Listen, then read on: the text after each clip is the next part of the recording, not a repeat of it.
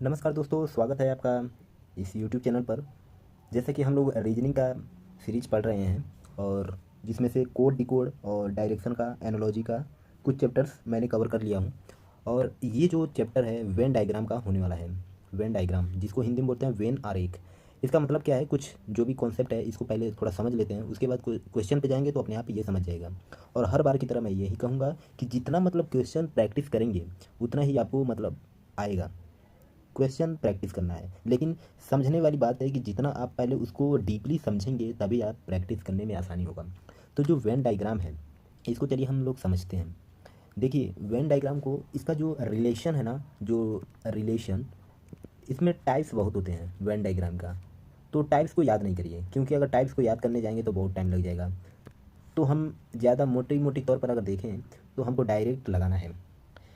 Venn diagram कहता है कि यानी वेन आरेख ये कहता है कि कोई भी अगर सब्जेक्ट हो गया, कोई यानी सेंटेंस वर्ड हो गया या सेंटेंस हो गया, एक सेंटेंस ये हो गया, एक सेंटेंस ये हो गया, अगर ये दोनों आपस में मैच करते हैं तो इनका आरेख यानी डायग्राम कैसे बनाया जाता है। तो इनका मान लीजिए ये जो है इसके बराबर है, तो ये एक का हो गया, फिर से ये दूसरा का हो गया, यानी दोनों क्या हो गए, बराबर हो गए। तो इसका मतलब डायग्राम ऐसे ही कुछ बनता है। चलिए कुछ एक एग्जांपल को लेकर हम समझते हैं। जैसे शेर है, शेर है और एक ये हो गया और एक है मांसाहारी। मांसाहारी, इसका मतलब क्या हो गया, मतलब ये जो शेर है ना, ये जो शेर है ये मांसाहारी है, तो यानी ये मांसाहारी है। ठीक है, ये जो शेर है तो ये मांसाहारी हो गया। इसका डायग्राम ऐसे बनता है। अब जैसे आंशिक संबंध, मतलब कुछ कुछ संबंध कैसे मिलता है वो हम देखेंगे, कुछ कुछ संबंध के बारे में। जैसे कुत्ता हो गया और मांसाहारी।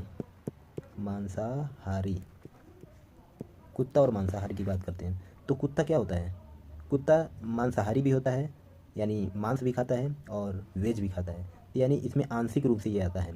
यानी ये जो कुत्ता है, डॉग है, ये नॉन वेजिटेरियन, ये नॉन वेजिटेरियन और वेजिटेरियन दोनों होता है, रोटी भी खाता है, मांस भी खाता है। तो ये आंशिक रूप से ये बनता है, यही होता है वेन डायग्राम का, ये रिप्रेजेंट करना होता है वेन डायग्राम में, ये आंशिक रूप से। इसी को वेन डायग्राम यानी आरेख, इसका डायग्राम ऐसे बनाया जाता है।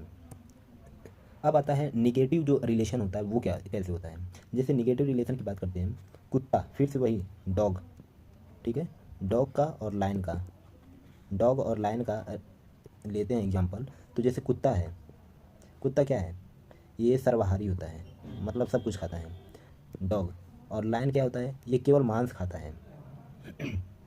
ये केवल क्या होता है, मांस खाता है। तो इसका संबंध, कुत्ते का संबंध और लायन का संबंध कभी भी नहीं हो सकता है, एक दूसरे से संबंध नहीं हो सकता है। तो इसका जो निगेटिव रिलेशन जो होता है, ये इसको बोलते हैं निगेटिव रिलेशन।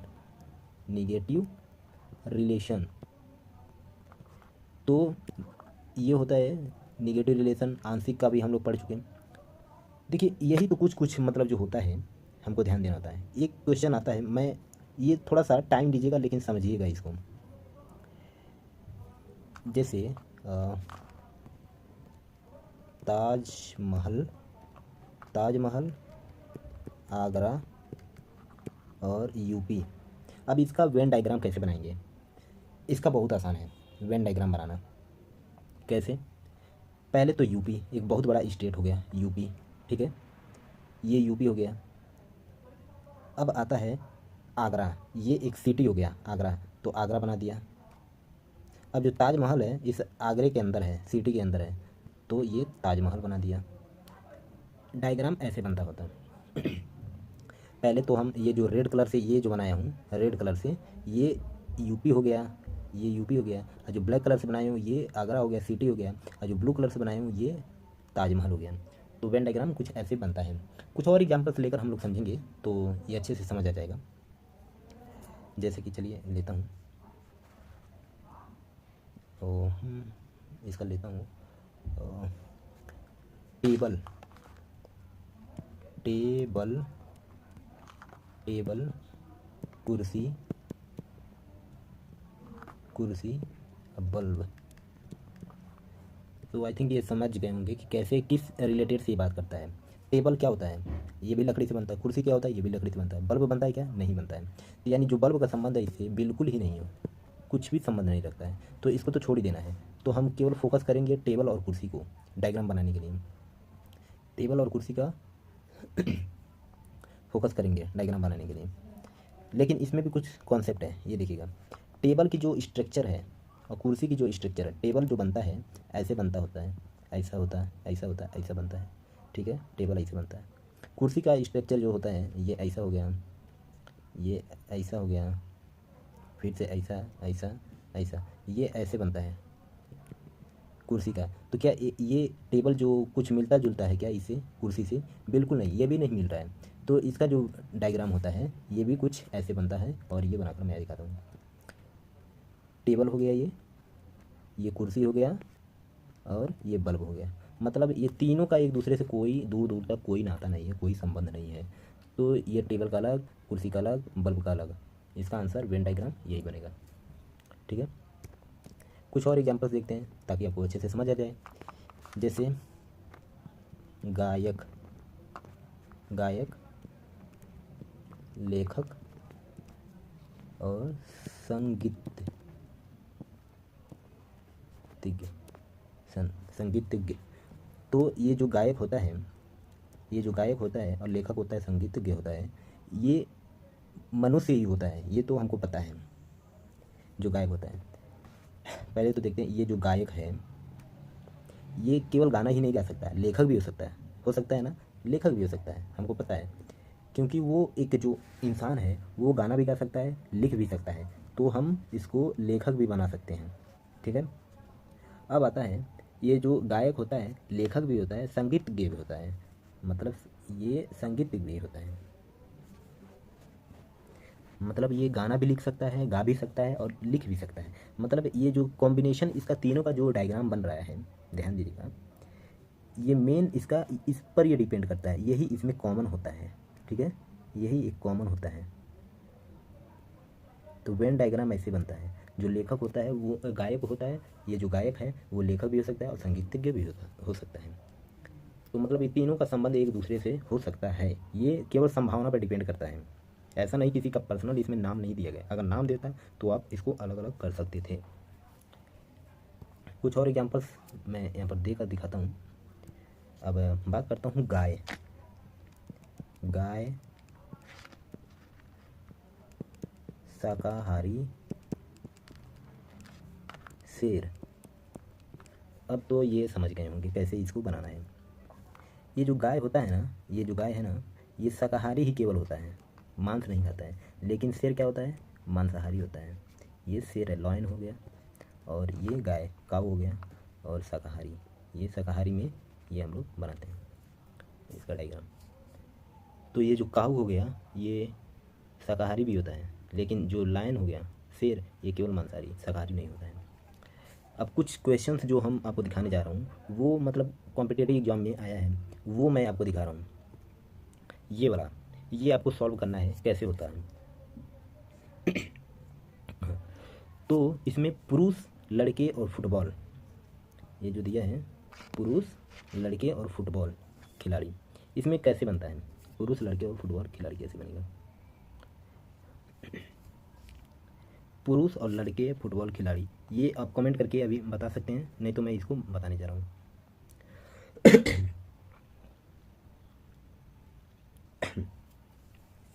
देखिए,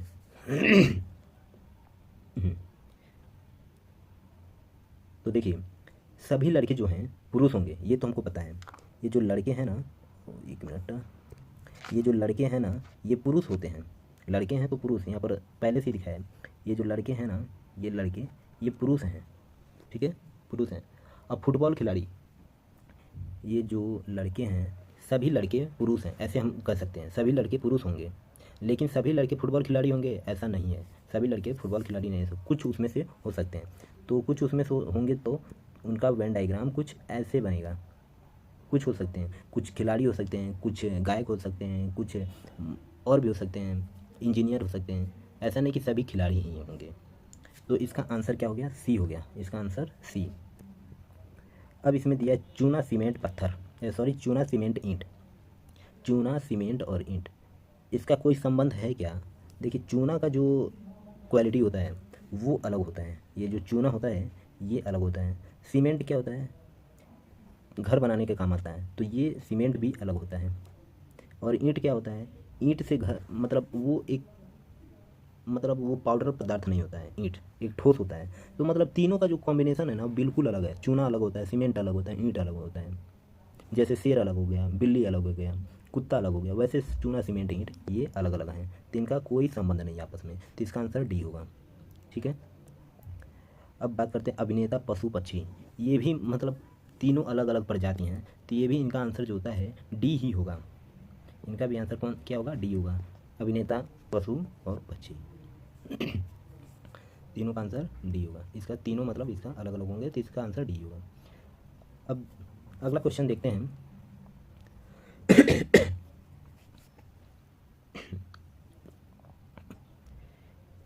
इसमें जो क्वेश्चंस हैं इसका वैल्यू निकालना यानी फाइंड आउट करना होता है, फाइंड करना पड़ेगा इसका वैल्यू।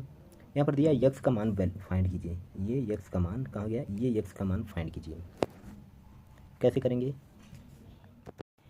देखिए यक्स का जो वैल्यू निकालना है इसमें सिंपल आप ध्यान दीजिए।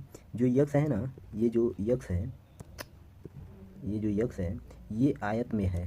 किस में है, आयत में है। और ये आयत किस में गया है, त्रिभुज में गया है। त्रिभुज, त्रिभुज में गया है। इसका थोड़ा ऐसे करता हूँ मैं, समझ जाएंगे। ये जो यक्स है ये तो आयत में है और ये किस में है, त्रिभुज में है। ये जो यक्स यहाँ पर दिया है, इधर नहीं कहीं दिया है, यक्स यहाँ पर यानी ये त्रिभुज में दिया है, इसमें भी नहीं दिया है। ध्यान दीजिए, ध्यान दीजिए, ये जो यक्स है ये स्क्वायर में भी नहीं है, किस में जाकर है, ये त्रिभुज में दिया गया है। तो इसलिए जो यक्स का वैल्यू निकलेगा, यक्स इक्वल होता है 5 × 3 तो 15। इसका आंसर होगा डी, 15। समझ गए कैसे निकालना है इसको। अब नेक्स्ट क्वेश्चन आता है, इस जो आकृति है y का मान फाइंड आउट कीजिए। y का मान फाइंड आउट करना है।